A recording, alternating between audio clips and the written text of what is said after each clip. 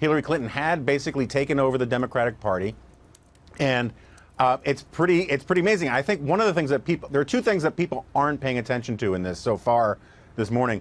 The first is this really does show what unbelievable damage Barack Obama had done to the Democratic Party, and left it in a shambles so that it was vulnerable for someone like Hillary Clinton to be able to basically bribe them into handing over the keys to the Donna Brazile party. hits on just that, Jonah. She points out that Obama, quote, left the party $24 million in debt. She goes then to further charge Wasserman Schultz, Debbie Wasserman Schultz, the former chair, with exacerbating the party's financial strain by refusing to trim down the DNC staff during non-election years. I want to pull out another quote from Donna Brazile's piece here. She says, quote, keeping this secret was against everything I stood for, all that I valued as a woman and as a public servant. Hello, Senator, she quotes herself. I've completed my review of the DNC and I did find the cancer, I said, but I will not kill the patient. Jonah. Yeah, no, it's an amazing part of it. And look, I've actually known Donna Brazile for coming up on 20 years now. I used to be on a CNN Sunday show with her that no one watched except for close friends and relatives. The fact that there are a lot of people, especially among Republicans, who have these sort of outside views of Donna Brazile as being this villainous, dangerous person. I actually think she's a pretty honorable, decent person. But whatever view you have of her, for her to be writing this really does demonstrate that the Clintons are done in the Democratic Party. When Justice Scalia passed away suddenly last February, I made a promise to the American people. If I were elected president, I would find the very best judge in the country for the Supreme Court. This may be the most transparent judicial selection process in history. Today, I am keeping another promise to the American people by nominating Judge Neil Gorsuch of the United States Supreme Court to be of the United States Supreme Court. And I would like to ask Judge Gorsuch and his wonderful wife, Louise, to please step forward.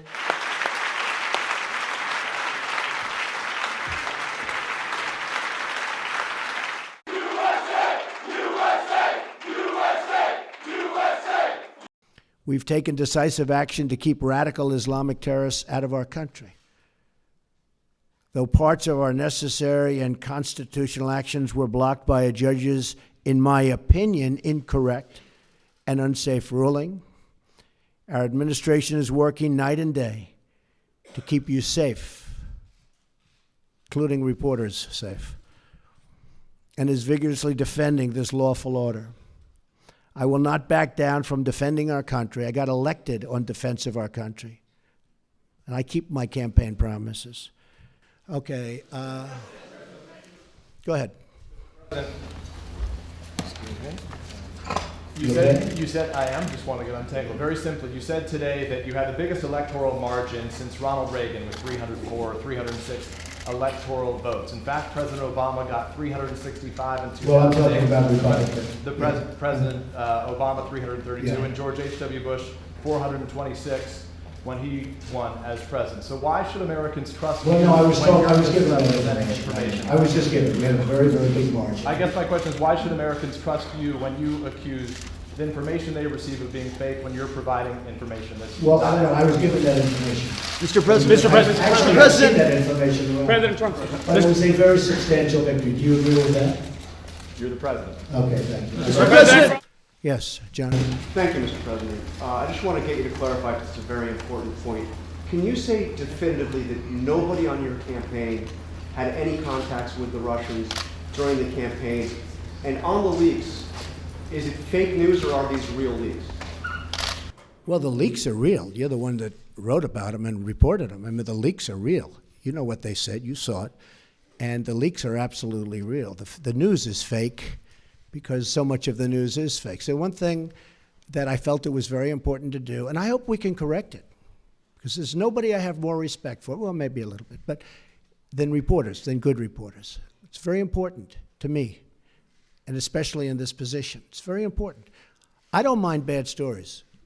I can handle a bad story better than anybody, as long as it's true. And, you know, over a course of time, I'll make mistakes, and you'll write badly, and I'm okay with that. But I'm not okay when it is fake. I mean, I watch CNN, it's so much anger and hatred and just the hatred. I don't watch it anymore because it's very good. He's saying no. It's okay, Jim. It's okay, Jim. You'll have your chance. Yeah, go ahead, Jim.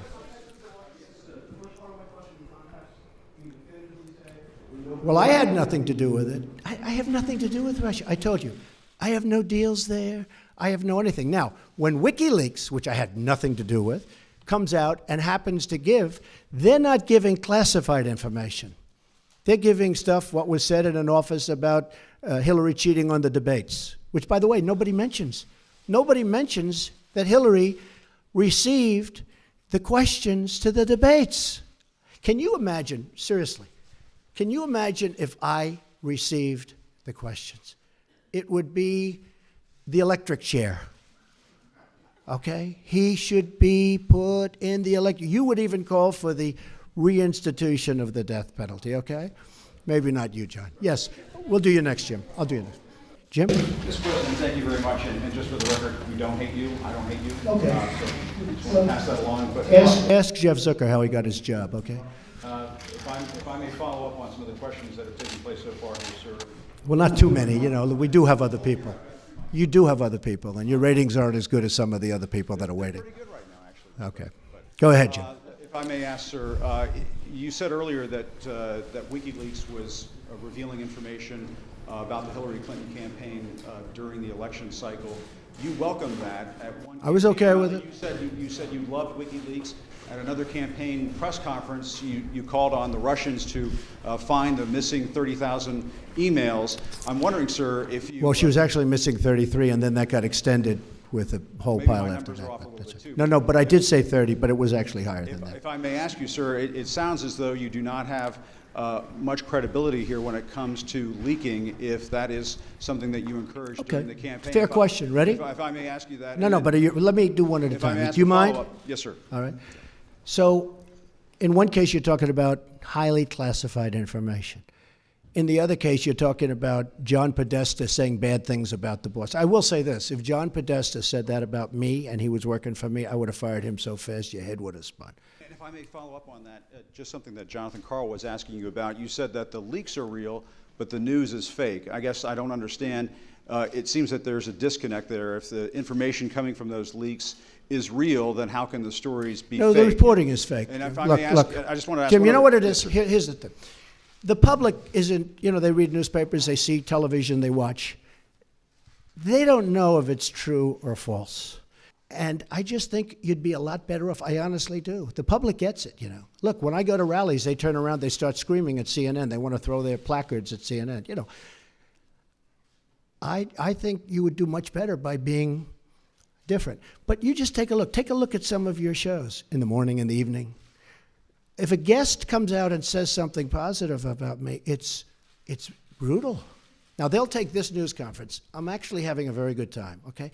But they'll take this news conference. Don't forget, that's the way I won. Remember, I used to give you a news conference every time I made a speech, which was like every day. Okay? No, that's how I won. I won with news conference and probably speeches. I certainly didn't win by people listening to you people, that's for sure. But I'm having a good time. Tomorrow they will say, Donald Trump rants and raves at the press. I'm not ranting and raving. I'm just telling you, you're dishonest people. But I'm not ranting and raving. I love this. I'm having a good time doing it. But tomorrow the headlines are going to be Donald Trump rants and raves. I'm not ranting and raving. Go ahead. If I may just one more follow-up. Should I let him have a little bit more? What do you think, Peter? Yes? Peter, should I let him have a little bit more? Sit down. Sit down. Just We'll because of the we'll get it. just because of the attack of fake news and attacking our network, I just want to ask you, sir. I'm changing it from fake news, though. Doesn't that undermine? Very fake news. I Go know, ahead. but aren't you? Go ahead. Real news, Mr. President. Real news. And you're not related to our new. I am not related, sir. No. I do like the sound of Secretary Acosta, I must say. You know, I Mr. looked at President. that name. I said, wait a minute. Is there any relation there? Alex Acosta. I'm sure you checked that out, Okay. sir. No, I checked it. They said, no, sir. I said, do me a favor. Go back and check the family tree. Okay. But aren't you concerned, sir, that you are undermining the people's faith in the First Amendment, freedom of the press in this country, when you call stories you don't like fake news? Why not just say it's a story I don't like?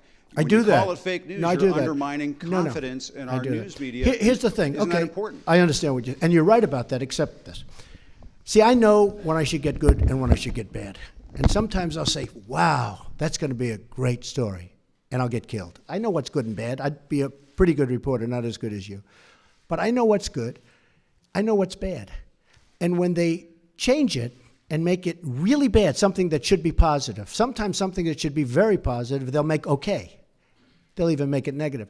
So I understand it. So because I'm there, I know what was said, I know who's saying it, I'm there. So it's very important to me. Look, I want to see an honest press. When I started off today by saying that it's so important to the public to get an honest press. The public doesn't believe you people anymore.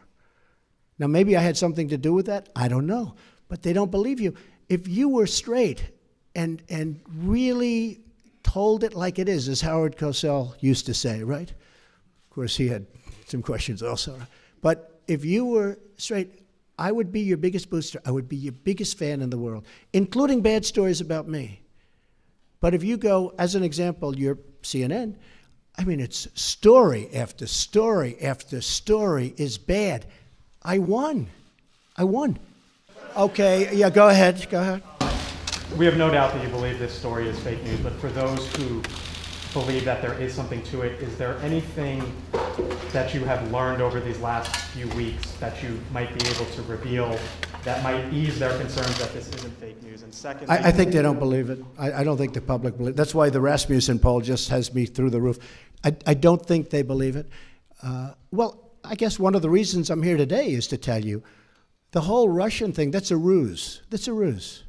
And by the way, it would be great if we could get along with Russia, just so you understand that. Now, tomorrow you'll say, Donald Trump wants to get along with Russia. This is terrible. It's not terrible. It's good. We had Hillary Clinton try and do a reset. We had Hillary Clinton give Russia 20% of the uranium in our country. You know what uranium is, right? It's a thing called nuclear weapons and other things, like lots of things are done with uranium, including some bad things. Nobody talks about that. Can I just ask you, thank you very much, Mr. President. Where are you from? BBC. Okay. Here's another beauty. It's a good line. Impartial, free and fair. Yeah, sure. Mr. President. Just like CNN, right? On the travel ban, we could banter back and forth. On the travel ban, would you accept that that was a good example of the smooth running of government? Yeah, I do. Let me tell you about the travel. Were there any mistakes in that? Wait. I know who you are. Just wait. Let me tell you about the travel ban. We had a very smooth rollout of the travel ban, but we had a bad court. We got a bad decision. We had a court that's been overturned. Again, maybe wrong, but I think it's 80% of the time. A lot. We had a bad decision. We're going to keep going with that decision. We're going to put in a new executive order next week sometime. But we had a bad decision. That's the only thing that was wrong with the travel ban. How much longer should we stay here, folks? 5 more minutes. Is that okay? 5? Wait, let's see. I want to find a friendly reporter. Used to say it was John. Are you a friendly reporter? Watch how friendly he is. Wait. Watch how friendly he is. Go ahead. I've been good to the entire campaign, Mr. President. So, first of all, my name is Jake Turks from Ami Magazine, and despite what some of my colleagues may have been reporting, I haven't seen anybody in my community accuse either yourself or anyone on your staff of being anti-Semitic. We understand that you have Jewish grandchildren. You are their Zaidi. However, what we are concerned about, and what we haven't really heard being addressed, is an uptick in anti-Semitism and how the government is planning to take care of it. There's been a report out that 48 bomb threats have been made against Jewish centers all across the country in the last couple of weeks.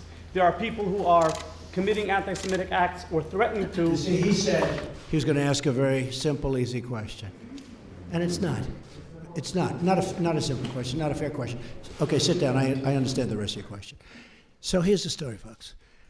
Number one, I am the least anti-Semitic person that you've ever seen in your entire life. Number two, racism. the least racist person. In fact, we did very well relative to other people running as a Republican. Quiet, quiet, quiet. See, he lied about, he was going to get up and ask a very straight, simple question. So, you know, it's welcome to the world of the media. Mr. President, Mr. President, Mr. President, Mr. President, First Lady Melania Trump announced the reopening of the White House Visitor's Office. Yes. And she does a lot of great work for the country as well. Can you talk a little bit about what First Lady Melania Trump does for the country? And there's a unique level of interest in your administration. So by opening the White House Visitor's Office, what does that mean to you and the rest of the Now that's what I call a nice question. That is very nice. Who are you with?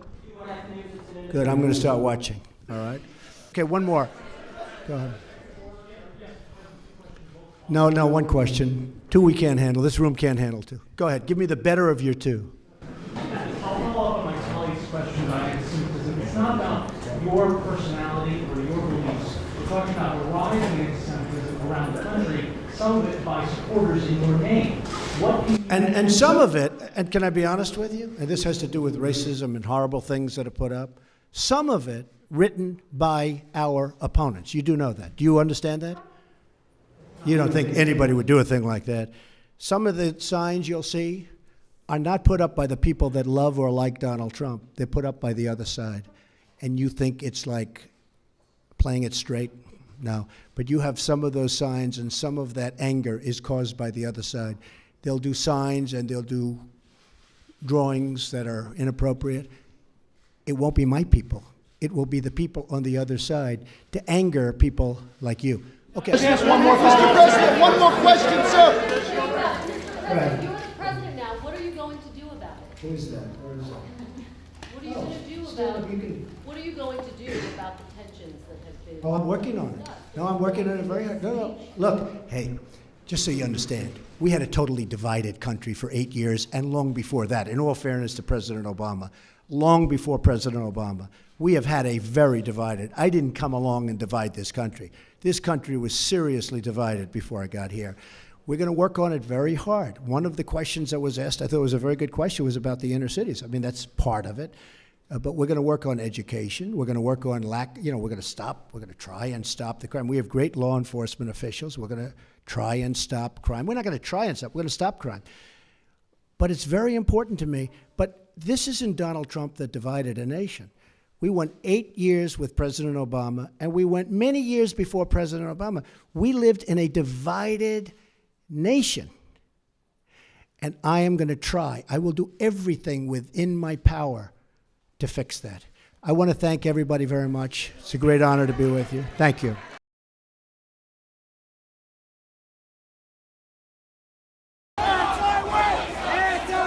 The weekend began with a Friday night torchlight march on the historic grounds of the University of Virginia's campus. Jews will not replace us! Jews will not replace us! The white supremacists had arrived in Charlottesville.